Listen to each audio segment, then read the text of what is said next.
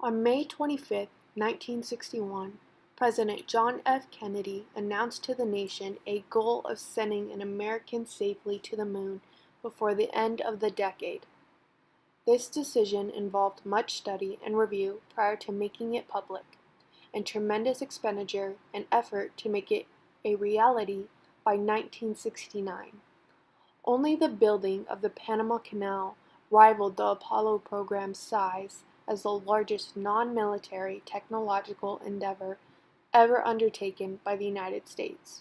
Only the Manhattan Project was comparable in a wartime setting. The human spaceflight imperative was a direct outgrowth of it. Projects Mercury, Gemini, and Apollo were each designed to execute it.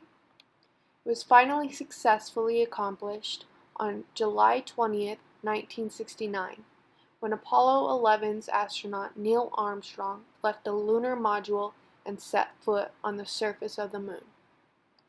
President Kennedy unveiled the commitment to execute Project Apollo on May 25, 1961, in a speech on urgent national needs, billed as a second State of the Union message. He told Congress that the U.S. faced extraordinary challenges and needed to respond extraordinarily. There was a lot of pressure going in on this mission. The Soviets beat us with the Lunar 2 being the first ones to successfully land on the moon unmanned. As a nation, this was a goal set before us. So on July 1969, the Apollo lunar module Eagle took off. Most people knew that going to the moon was risky. Some, outside of mission control, listening to the tense communication between the astronauts and Houston, understood what some of the urgency meant. But few, very few, knew the scope of the dangers that the crew faced. These were no longer theoretical. They were being played out in space at that very moment. It started about 4 minutes away from starting its landing sequence. The frozen display on the computer, which read 12:02, an air code was going off.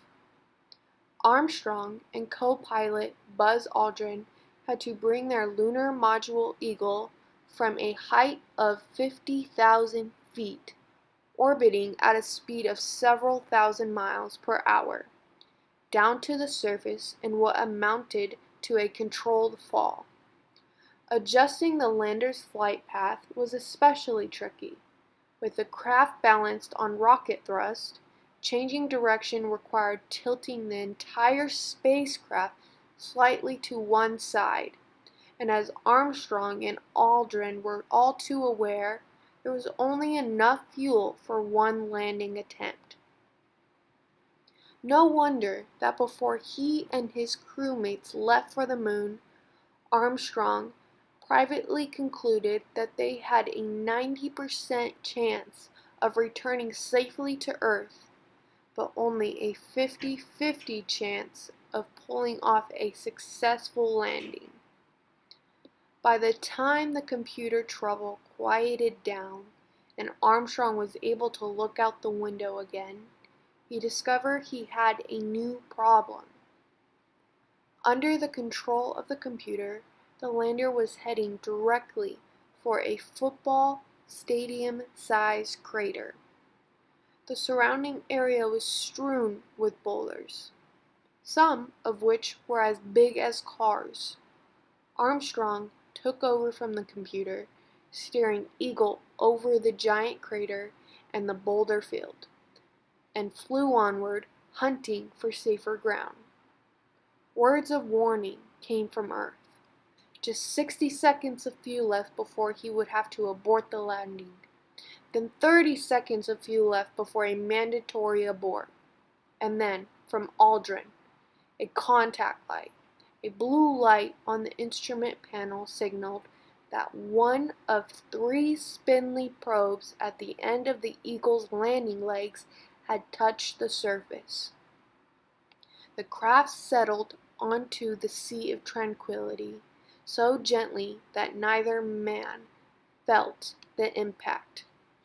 Armstrong shut down the engine, with about 20 seconds worth of fuel remaining.